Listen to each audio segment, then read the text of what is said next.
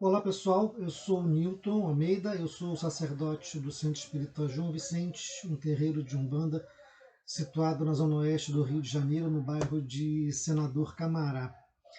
Essa é a segunda aula que a gente está fazendo de uma série de aulas que a gente promoveu devido a essa questão da quarentena, do coronavírus. Foi um modo a gente encontrou de manter contato com os médiuns e promover uma série de estudos que será sobre os orixás. Na aula passada nós falamos sobre o processo de individuação, porque essa série de aulas que será sobre os orixás, eu quero falar sobre uma visão psicológica, eu quero falar sobre o orixá, não somente a questão da oferenda, da incorporação, da cor, isso nós já temos em nossas apostilas. O que eu quero é que as pessoas peguem a vivência com o orixá e tragam para o seu dia a dia, independente de eu ser filho desse ou daquele orixá. Qualquer orixá, todos eles nos influenciam ao longo da nossa vida, e é esse aspecto que eu quero que a gente estude nessa série que a gente vai falar. Hoje a aula é sobre Exu. Exu é um orixá que ele é controverso por natureza, é o Exu orixá. A Umbanda, a gente fala muito em Umbandas com os Exus entidades, muito mais ligado aos cultos de nação, ao culto de candomblé, mas independente disso, a Umbanda do João Vicente, ela traz essa manifestação, e eu acho que vocês vão gostar bastante do que a gente vai tratar aqui hoje, tá? Vamos falar sobre Exu, que é esse personagem super controverso, mas muito envolvente também. É a nossa aula 2 da série O Caminho da Individuação. São os estudos de 2020 que nós estamos promovendo. Então, o objetivo dessa aula, pessoal, é que vocês, ao final dela, entendam o conceito cósmico de Exu, que vocês entendam o papel de Exu na criação. Existe um mito de criação do mundo, do universo, onde Exu faz parte. Entender como que o Exu foi associado ao diabo cristão, teve todo um processo histórico aí nessa associação errônea. O arquétipo que Exu representa, a gente já falou de arquétipo na semana passada, e o arquétipo ele é um modelo mental. O arquétipo ele é uma imagem que ele fica no inconsciente coletivo, ou seja, toda a humanidade participa, partilha dessa figura. Quem quiser mais um pouquinho de aprofundar nesse assunto, por favor veja a aula passada que eu aprofundo mais esse tema. Entender o conceito de sacrifício no processo da individuação. Falamos também sobre individuação na semana passada, na aula passada, e a individuação é o seu amadurecimento enquanto pessoa, você tornar-se um indivíduo diferente dos outros. Você conhecer o que você tem dentro de você para que você possa até se reconhecer como uma pessoa diferenciada da totalidade. Antes da gente entrar sobre Exu, eu preciso falar com vocês sobre etnocentrismo, uma aula que nós já tivemos lá no João Vicente, e vamos precisar desse conceito aqui presente para que a gente possa entender muita coisa. O etnocentrismo ele é uma visão a partir da minha cultura. Uma visão etnocêntrica, eu vejo a minha cultura como a mais importante, se sobrepondo às outras.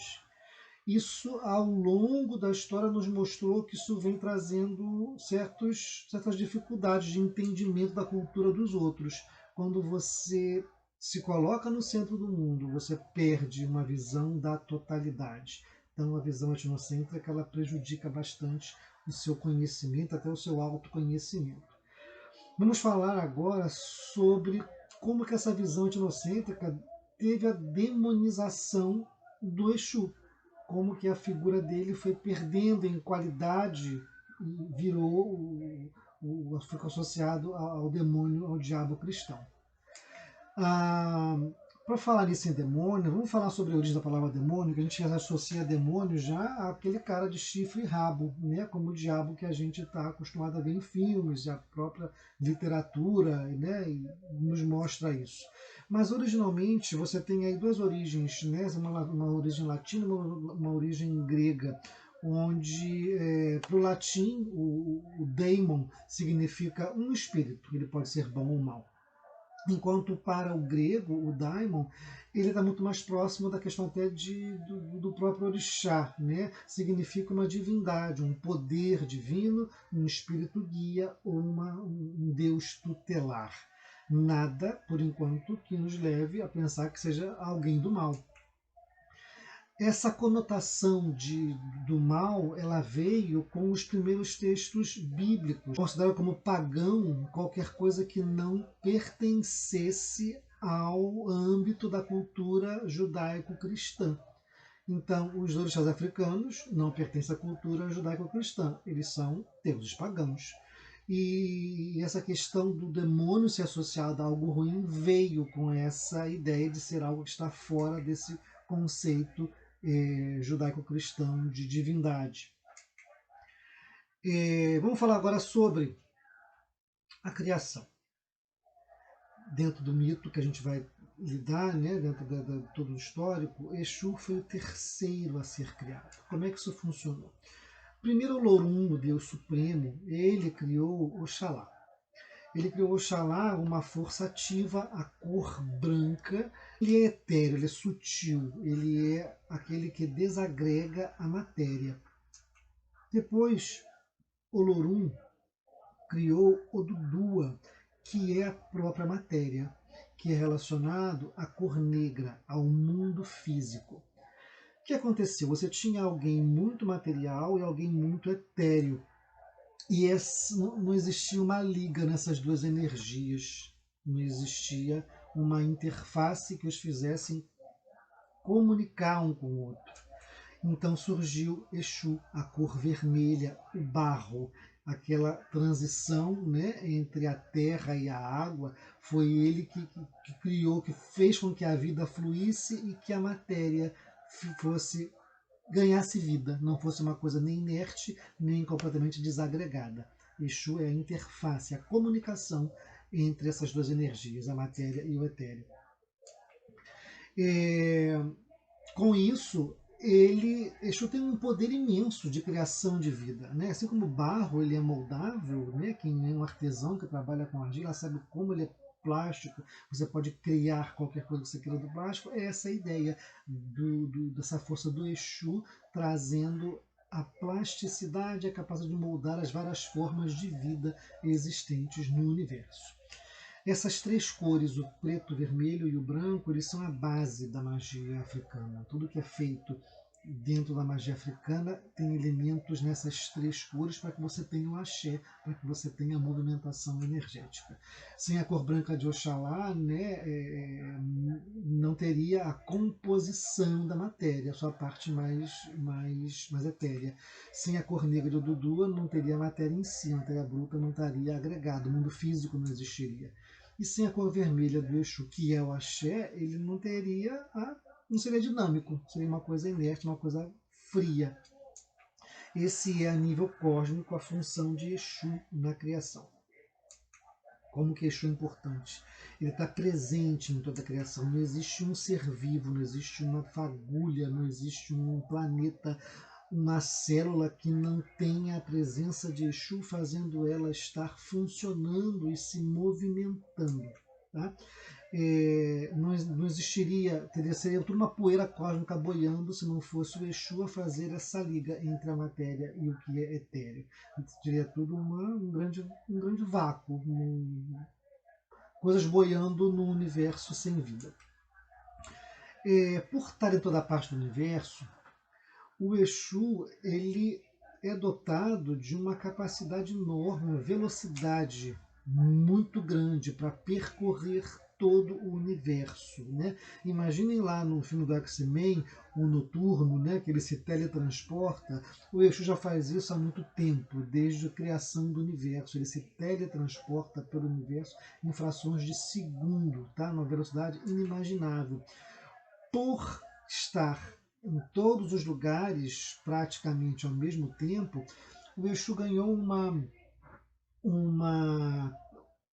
uma capacidade de ser um guardião, de ser um observador e de ser um mensageiro de Olorum dos orixás. Ele, por estar conseguindo toda essa locomoção muito rápida, ele ganhou esse atributo. E ele não passou a ser uma espécie não, ele é um regulador do karma. Por ele estar observando tudo, por ele ter um conhecimento enorme, ele é aquele que faz a lei de causa e efeito funcionar. Se praticou uma ação que trouxe um efeito positivo, ele faz aquele efeito chegar. Se aquela ação não foi tão equilibrada, tão legal assim, ela vai ter o seu efeito. E aí Exu passou a ser temido como aquele que a tudo observa e faz o karma acontecer. Ele traz os efeitos, as ações que você pratica.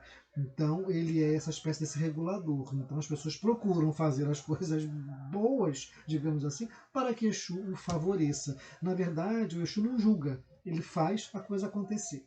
Ele dá a reação em consequência, em consonância com a ação que foi praticada. Essa é a função dele.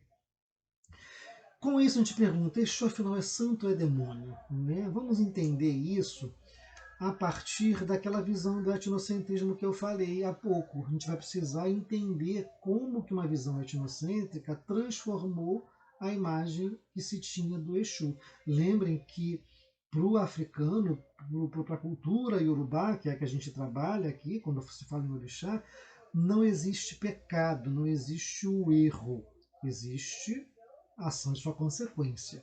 Mas a questão do pecado, do castigo eterno, isso não existe dentro do conceito africano, dentro da sua cultura. Tá? Então vamos falar o seguinte, com a expansão do cristianismo, né, para levar Jesus a todos os cantos do planeta, lógico que tinha toda uma visão política de expansão de território nisso, mas levava-se então a palavra de Jesus a todos os povos pagãos.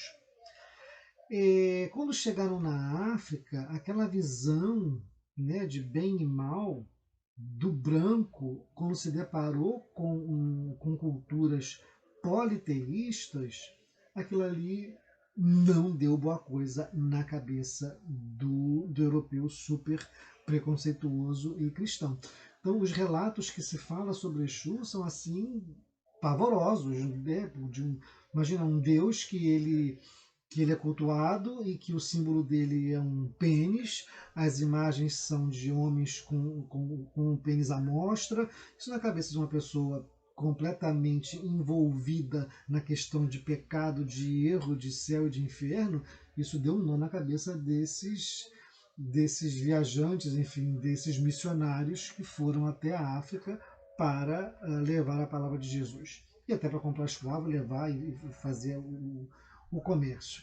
Então, os relatos lá relatam desde o século XVIII, que você tem noção disso, se fala, né, das imagens de Exu expostas com a genitália à mostra, de como se fosse uma maneira nojenta, uma maneira inaceitável, e tudo isso foi criando a ideia de que orixá, que Deus é esse que é cultuado. E o tiro de misericórdia foi dado por esse pastor Thomas Bowen, quando disse erroneamente que na língua iorubá o diabo é denominado Exu. Isso foi assim, o tiro de misericórdia quando se colocou então Exu realmente num âmbito que definitivamente não lhe pertence. A gente vai ver isso ao longo da nossa aula de hoje. São vários os relatos, nenhum deles favorável ao nosso orixá mensageiro. Tá? Mas Exu é controverso por natureza. O Exu traz essa questão de levantar polêmica. Exu é uma figura polêmica. Tá falando do orixá Exu, não se esqueçam. Ele questiona regras, ele rompe padrões, ele questiona as normas, ele tem um caráter intempestivo. E então ele é visto como alguém a ser observado, a ser temido. Ao mesmo tempo que ele é envolvente, ele te traz uma certa insegurança. É uma figura que te questiona, que levanta muita polêmica. Essa é a figura do Exu ao longo dos vários mitos que a gente estuda. Onde Exu aparece, ele faz a história rodar, ele faz a história funcionar, mas através de bastante polêmica que ele suscita, que ele traz. É, e ele, né, como eu estou falando aqui, ele tem um caráter instável, você nunca sabe o que vai esperar, né, do Exu. Quando você faz uma comunicação com o seu orixá, quando você faz uma oferenda, quando você roga para o seu orixá, automaticamente você está também acionando o Exu, porque é ele que faz a comunicação. Lembra aquele que percorre todo o universo? É ele que leva os nossos pedidos para o Orum, é ele que traz as respostas do Orum para a gente, é ele que faz essa comunicação funcionar. Então ele está recebendo, ele precisa receber uma oferenda para que ele possa fazer o nosso pedido chegar lá. E isso deu para ele também um caráter de interesseiro, como a gente vai ver ao longo da aula de hoje. Né? Tudo com a questão da visão etnocêntrica da cultura alheia. Dentro dessa questão da caridade, ele fala que quem é essa divindade que ela precisa, ela está sempre fazendo na base da troca. E a gente vai ver o que é essa troca, como que ela foi deturpada culturalmente durante esses vários séculos aí de sincretismo. Isso tudo contribuiu para que a imagem do Exu, que já não era lá muito bem vista, né, corroborasse que ele fosse um deus perigoso e até fosse associado diretamente ao diabo. Porque o Exu também rege a sexualidade. A sexualidade é um atributo que ele representa, que ele rege. As imagens de Exu na África, Exu Orixá, tem uma referência a um falo, tem uma referência a um pênis.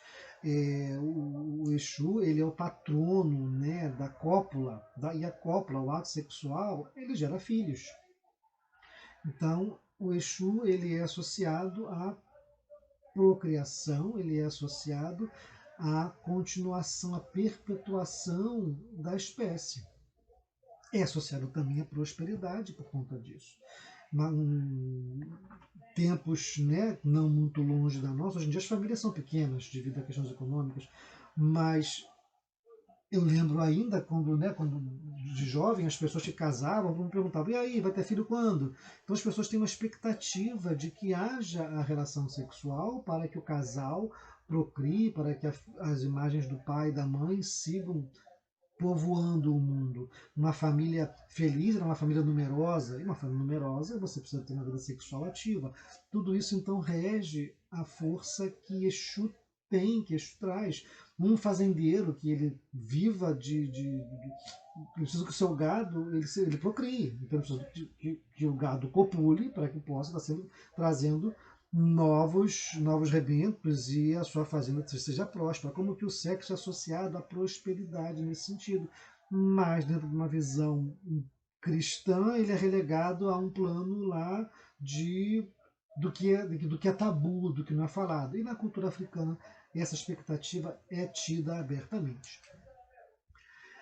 Já falei que ele é o patrono da cópula, e essa relação íntima com a sexualidade, os seus atributos são ligados à sexualidade. Ele foi associado a um deus libidinoso, a um deus lascivo, ligado às coisas da carne. Isso tudo favoreceu para que ele fosse demonizado, porque quando a gente fala em sincretismo, a gente fala em adaptação de religiões.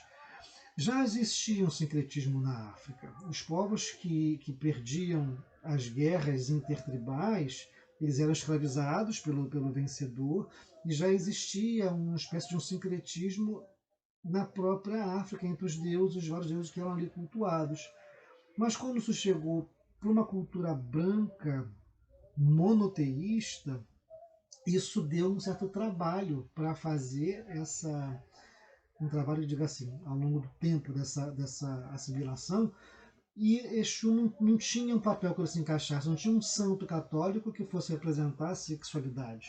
Então Exu foi cada vez mais sendo levado para o plano inferior para o plano infernal, que era o papel que ele cabia. Um interesseiro, só trabalha por troca de favores, é ligado ao sexo, é debochado, é turbulento, esse cara não cabe aqui no céu cristão. Então ele vai se adequar com a associação ao diabo. Né? Como que para Exu foi dolorido essa associação, digamos assim. Né? Os outros santos encontraram seus parceiros, né, digamos assim, para serem associados. E as próprias santas também perderam até um pouco do atributo sexual que elas tinham, associaram o Exu à Virgem Maria, né, mas o Exu não teve jeito, ele foi associado ao diabo mesmo. Nesse processo de sincretismo, a cultura dominante fala mais alto, e a cultura dominante era a cultura branca, católica, e não coube a Exu outro papel a não ser o papel do diabo. O Oxalá foi logo sincretizado com Jesus, mas Exu não teve escapatória. A religião católica ela tem essa coisa do bem e do mal, né? essa luta eterna entre o que é certo e o que é errado, e isso tudo favoreceu o Exu cair no lado do erro. Nessa altura da história, o Exu já estava realmente muito mal falado e o sincretismo ajudou a fazer com que a imagem de Exu fosse essa que a gente tem hoje e que vejo hoje um resgate na tentativa de esclarecer qual é o papel de Exu. Vocês já conseguem responder o que o Exu representa para vocês? Ele é santo, ele é demônio. Nesse processo de demonização, né, ele precisa de uma oferenda, ele não trabalha de graça. Né? Como é que isso funciona na cabeça de vocês? O culto de Exu ele começou a ser deturpado. Para um orixá de prosperidade, ele começou, de comunicação, e de fazer a interface entre o Orum e o Aie, ele começou a ser tratado como alguém a ser evitado, tudo por conta do processo que ele sofreu. Então a gente passou a agradar Exu para que ele fique quieto, não tanto para que ele proteja a nossa porteira, mas para que ele não atrapalhe, que ele permita que a reunião aconteça, mas ficando quieto. A gente começou a evitar a figura de Exu, né, dentro do culto. Isso tudo foi um processo ao longo de vários tempos. Né? Foram mais ou menos uns 300 anos de escravidão, e de toda essa associação cultural levou aí um tempo, mas chegou-se a esse ponto. Exu ficou tão mal visto que em muitas casas de candomblé, quando a pessoa é filho do orixá Exu, elas não davam aquela cabeça da pessoa para Exu, davam para Ogum, davam para Omulu, porque Exu é turbulento, Exu ele vai trazer tumulto, enfim, o Exu até dentro do próprio culto ele passou a ser evitado. Então a gente tem que estar atento como que a visão é heterocêntrica, como que a falta de cuidado de você observar o que uma outra cultura diferente da sua tem de importante, entendê-la, faz mal para todo mundo. Vocês já conseguiram me responder? Exu, ele é santo ou ele é demônio? Depois de tudo isso que a gente falou aí. Eu entendi que Exu é controverso, que você não domestica Exu, mas ele não é nem santo nem demônio. Exu é um orixá, ele não se encaixa nessa coisa certinha do que é certo e do que é errado. Exu está acima disso tudo. Ele é um orixá. Ele não diz que ele é santo porque ele não pertence à cultura que cultua santos. Não diz que ele é demônio por nenhuma razão. Ele é um orixá. Ele está independente e livre de toda esse julgamento. Porque Exu ele representa um arquétipo. Vamos entrar agora na questão do arquétipo. O Exu representa o arquétipo do trickster. A gente agora está saindo do âmbito da religião, vamos entrar agora no âmbito da psicologia. O que é um trickster, Newton? Traduzindo do inglês, um trickster ele é uma pessoa que ele aplica truques. Truques em inglês é trick. Então, um trickster é uma pessoa que aplica truques em alguém. Então ele é um enganador, ele é uma espécie de um malandro, é alguém que está burlando sempre as regras. Ele pode ser engraçado, ele pode ser perigoso, mas ele é sempre envolvente. Esse é o arquétipo, a figura arquetípica que brota do inconsciente, que toda cultura tem, chamado trickster. Ele não é um vilão. É muito fácil confundir o trickster com o vilão, mas também é muito fácil de diferenciar. O vilão, ele é alguém do mal. O trickster, ele não tem compromisso com o mal nem com o bem. Ele não tem compromisso nenhum. Ele é acima, ele é desligado de qualquer moral. O trickster segue as suas próprias regras. Então ele pode ser um tolo, ele pode ser um palhaço, ele pode ser um sábio. Ele está presente em várias mitologias. Ele pode ser o Saci Pererê da nossa mitologia, ele pode ser o Loki da mitologia nórdica, ele é o Exu da mitologia iorubá. Ele é uma figura que ele está em um senso de humor, mas ele pode mudar de uma hora para outra.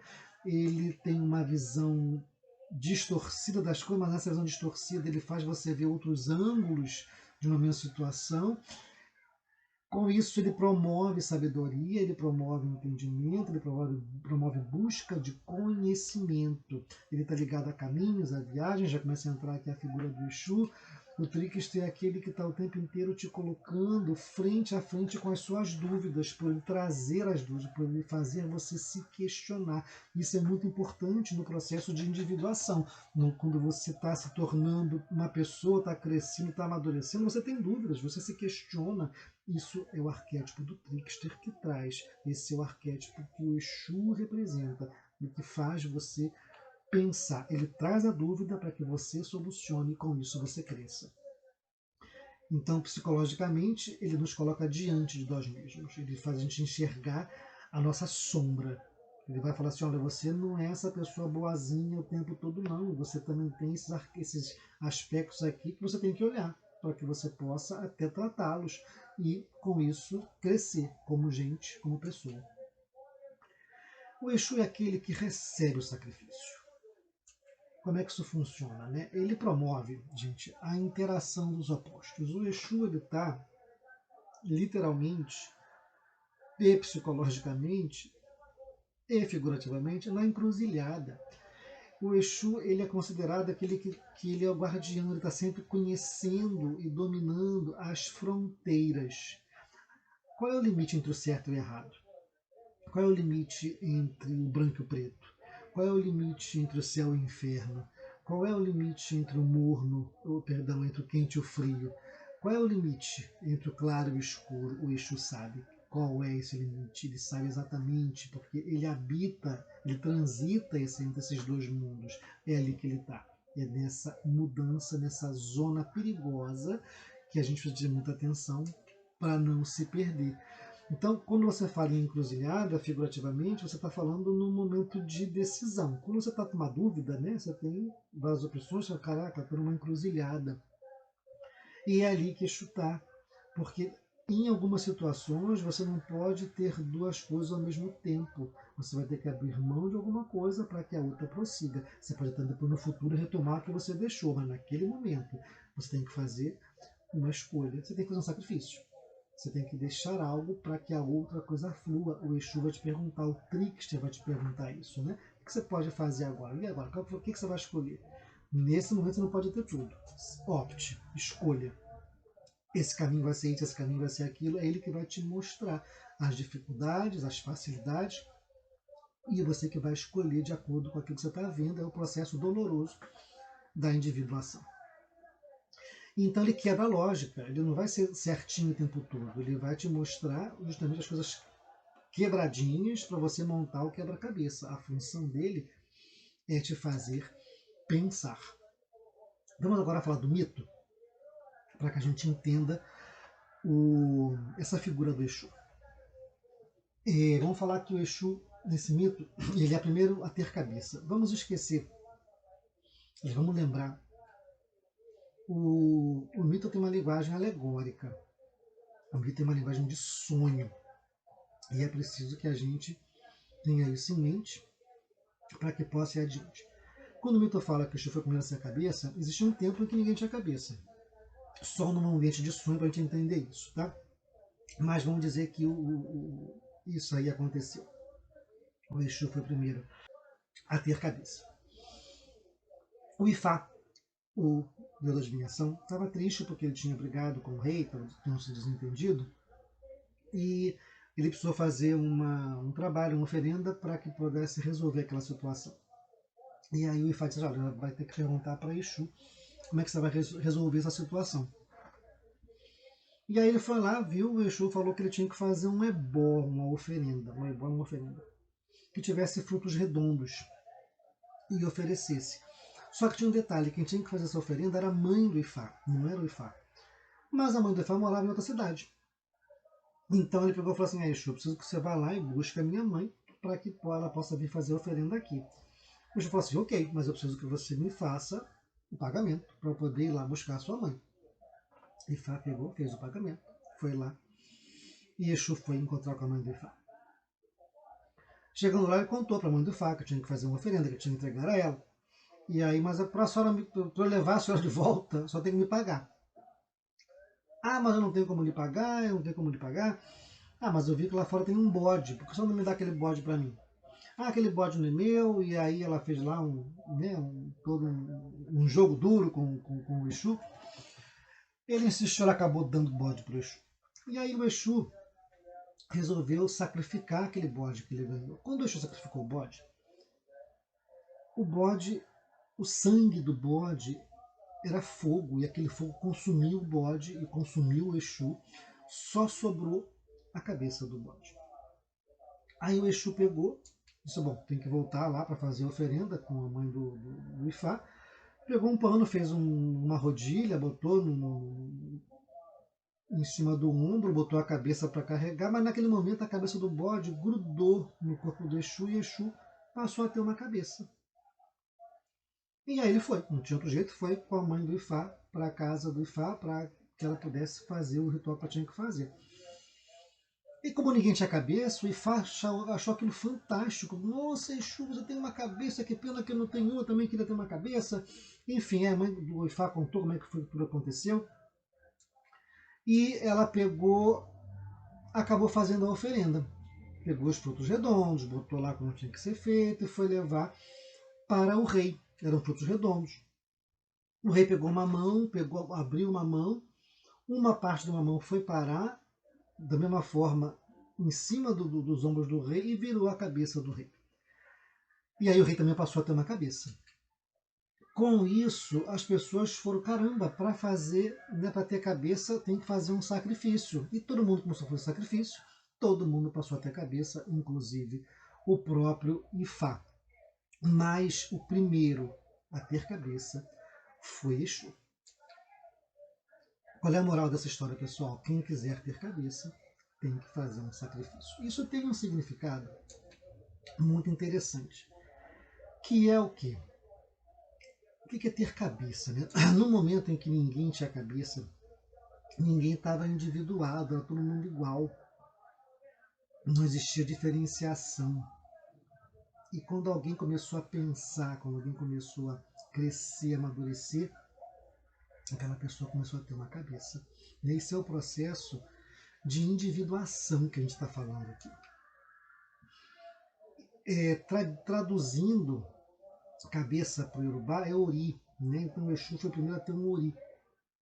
E um Ori é muito importante. O Ori ele compreende não só a caixa craniana, mas tudo que tem dentro dela. Ele também compreende a memória, o passado, as suas recordações, o seu inconsciente, o seu consciente, a sua individualidade. Ter um Ori é muito importante. Um Ori bom, ele te leva para um monte de coisa boa. Ele te traz saúde, felicidade, ele traz abundância, traz fartura. Cada um tem o seu Ori, ninguém divide Ori com ninguém. Então é importante você ter um Ori bom para que você tenha tudo de bom. Só que a saúde, a felicidade, a fartura, elas não vêm de graça, você tem que conquistá-las. Tem que ter um Ori bom. Que sacrifícios você tem que fazer para ter um bom Ori? Que coisas você tem que abrir mão ou investir para que você tenha uma boa cabeça dentro da sua vida prática? É seguir a cabeça dos outros, é investir na sua vida, é se diferenciar, é fazer o que é necessário, Aí está a questão do sacrifício. Que coisas você está disposto a abrir mão para ter um bom ori? Que você está disposto a abrir mão para alcançar, né, aquilo que você quer alcançar, seus objetivos. O sacrifício é esse. O sacrifício não necessariamente ele vai ser a coisa do ritual, mas ao longo da sua vida você precisa entender que a vida tem a sua cota de sacrifício para crescer, o seu investimento. Você se diferenciar da tua família, da tua comunidade, ser quem você é, exige a sua cota de sacrifício para você se reconhecer, enfrentar os teus fantasmas, os teus medos. Tudo isso são parte dos sacrifícios que você precisa fazer para se individuar. Outro ensinamento que a gente vê nesse mito, pessoal, o Ifá estava infeliz, né? Porque ele brigou com o rei, mas era a mãe dele que tinha que entregar o ebó. Né? Vocês lembram disso?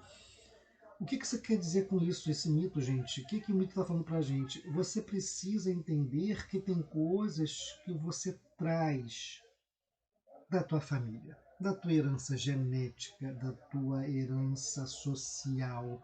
Você precisa honrar o local de onde você veio, honrar sua família, honrar seus pais, honrar sua história. Não adianta você esconder, você negar as suas origens. Isso faz parte de você. Quando você aceita isso, você individua. Você vai para adiante e você consegue se libertar. Essa aceitação ela é libertadora. Aceitar a tua herança, que a tua família tem, que a tua história tem. O rei também ganhou um sacrifício e ganhou uma cabeça. Só que o sacrifício do rei foi diferente do sacrifício do Exu. O Exu teve a cabeça do bode, o rei foram as frutas. O processo de individuação ele é diferente para cada um. O que é bom para mim não necessariamente é bom para o outro. E vice-versa. Cada um tem o seu próprio modo de amadurecer, de crescer, de fazer-se pessoa, de fazer-se gente. E isso é importante para você descobrir qual é o teu caminho. Alguns vão ser semelhantes, mas cada um vai ter sempre o seu. A individuação é única, como cada pessoa é única. Eu trouxe mais uma coisa que eu lembrei. Vocês lembram que quando o Exu sacrificou o bode pegou fogo e só sobrou a cabeça do bode. O processo de individuação ele não é fácil. Ele te queima, ele te transforma. Né? Você se vê em momentos de grande ebulição, se descobrir, descoberta da sexualidade, descoberta da sua carreira, da sua vocação profissional, descoberta, enfim, dos seus valores. Tudo isso são, muitas vezes, processos que mexem muito com você. E isso é individuação. Isso é o processo de você queimar. O fogo pegou também em Exu, e quando ele viu, ele só ficou com a cabeça do bode, só ficou com a própria cabeça, que foi o que levou ele adiante durante a viagem dele. Isso é muito legal. Eu tenho mais um mito para falar com vocês. Quando o Exu fala que fez dois homens brigarem. Tá? É um mito muito interessante, eu gosto, ele é curtinho, que fala que dois homens pediram para Exu ajuda para comprar um terreno. E o Exu ajudou, mas lógico, em troca de um favor. Eles fizeram a oferenda que o Exu pediu, mas eles tinham que manter regularmente oferendas para Exu para que seguissem prosperando em suas vidas. Eles acordaram, assim foi feito, compraram o terreno, eram terrenos vizinhos, e assim foi, estavam prosperando muito bem. Só que passou o tempo e eles começaram a não fazer a oferenda que Exu tinha pedido no contrato com eles. Tá? E o Exu, observando, e eles não faziam o pagamento, estavam lá arando o terreno deles, muito próspero, eram vizinhos. O que o Exu fez, gente? O Exu vestiu um barrete, uma espécie de um boné igual aquele da Marinha, só que ele tinha duas cores. De um lado ele era branco, do outro lado ele era vermelho. E ele passou entre os dois terrenos enquanto os dois estavam trabalhando. Ele só fez isso. Ele passou e deu bom dia para um, deu bom dia para outro e foi embora. E aí um perguntou assim para o outro: você viu o boné vermelho que aquele viajante estava usando, ele falou assim, olha, eu vi, mas o boné não era vermelho não, o boné era branco. O outro falou assim, não, era vermelho. Ele falou assim, não, era branco. Não, era vermelho. Não, era branco. Gente, isso virou uma briga. E a briga foi evoluindo, a briga ficou feia por conta da cor do boné que o viajante usava. E os dois homens acabaram se matando nessa briga. E o Exu pegou de volta o terreno, os terrenos que tinha dado para os dois homens. Tá? Esse mito ele deve botar um nó na cabeça das pessoas que começam a observar que diacho de entidade, de Deus é esse que fez as pessoas brigarem por um motivo tão bobo, né? Mas o mito tem o seu ensinamento. É muito legal. Qual é o ensinamento que esse mito traz, pessoal? Ele nos fala do perigo de você só ver as coisas do seu lado. Quando você não abre mão do teu ponto de vista, você perde a visão da totalidade. Se cada um tivesse se escutado, não chegaria a esse limite que essa briga chegou. Mas quando você se isola, a minha verdade é a minha verdade, não me interessa qual é a sua. O boné era vermelho, ponto final. Isso, quando você se isola em sua opinião, não abre mão daquilo que você, da tua visão que é limitada, isso te faz muito mal para todo mundo, para você e para quem está por perto. A gente está falando mais uma vez do processo de individuação, que é um processo que te convida a ver os opostos, a unir o diferente para conhecer, para ampliar a consciência, para fazer a individuação. Outra coisa, ele nos fala que você às vezes pede alguma graça, você busca conquistar alguém, um relacionamento, alguma coisa, mas você precisa saber manter aquele relacionamento, saber manter aquela conquista. Talvez você está investindo, quando conseguiu, relaxou, porque já está lá, mas não mantém e perde. Foi isso que aconteceu. Você tem que fazer sacrifícios internos, concessões, conhecimentos para que você possa manter teu relacionamento, teu casamento, teu emprego, teu saber.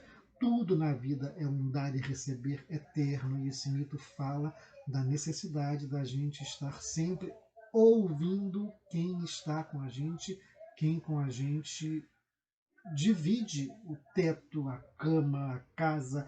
É importante você saber que você não está isolado, que tem lá uma comunidade também te mostrando várias situações que você tem que contemporizar, que você tem que acatar, tem que ceder ou exigir, mas faz parte do processo de crescimento não se isolar em si mesmo. Os homens estavam tão imersos em si mesmos que eles não reconheceram nem Exu, né, a divindade que os auxiliou e que eles esqueceram de manter o pacto, eles nem reconheceram mais. A gente perde muito da nossa identidade, da nossa até humanidade, quando você se fecha muito em você. Isso é muito perigoso, essas posições imutáveis, né? A verdade é essa e tchau. Esse dogmatismo é muito perigoso, né?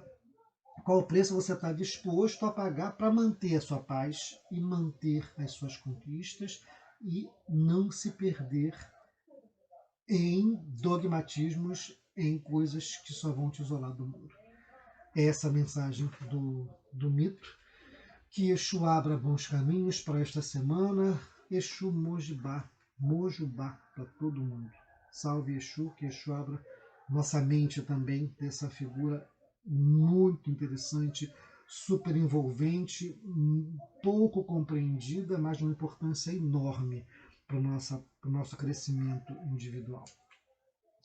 Eu espero que vocês tenham entendido qual é o objetivo dessas aulas. A gente já falei, a gente não está aqui para falar, ser mais uma aula de orixá, que qualquer site, qualquer apostila, inclusive as que a gente tem no João Vicente, falam. Eu quero que vocês comecem a pensar como que o orixá faz parte do teu processo de individuação, do teu crescimento enquanto pessoa, transbordar esse conhecimento do terreiro para a sua vida diária, para a sua vida, para a sua casa, para a sua família, para o seu trabalho, né? Que cada orixá, com o seu arquétipo, com a sua representação psicológica, nos ensine a ter o nosso processo de individuação. A próxima aula a gente vai falar sobre Ogum, o herói civilizador. Um orixá também muito interessante, também gerador de polêmicas, e que a gente vai falar sobre ele na nossa próxima aula. Eu quero agradecer a atenção de todo mundo. Tenham uma ótima semana e que Olorum nos abençoe. Axé para todos.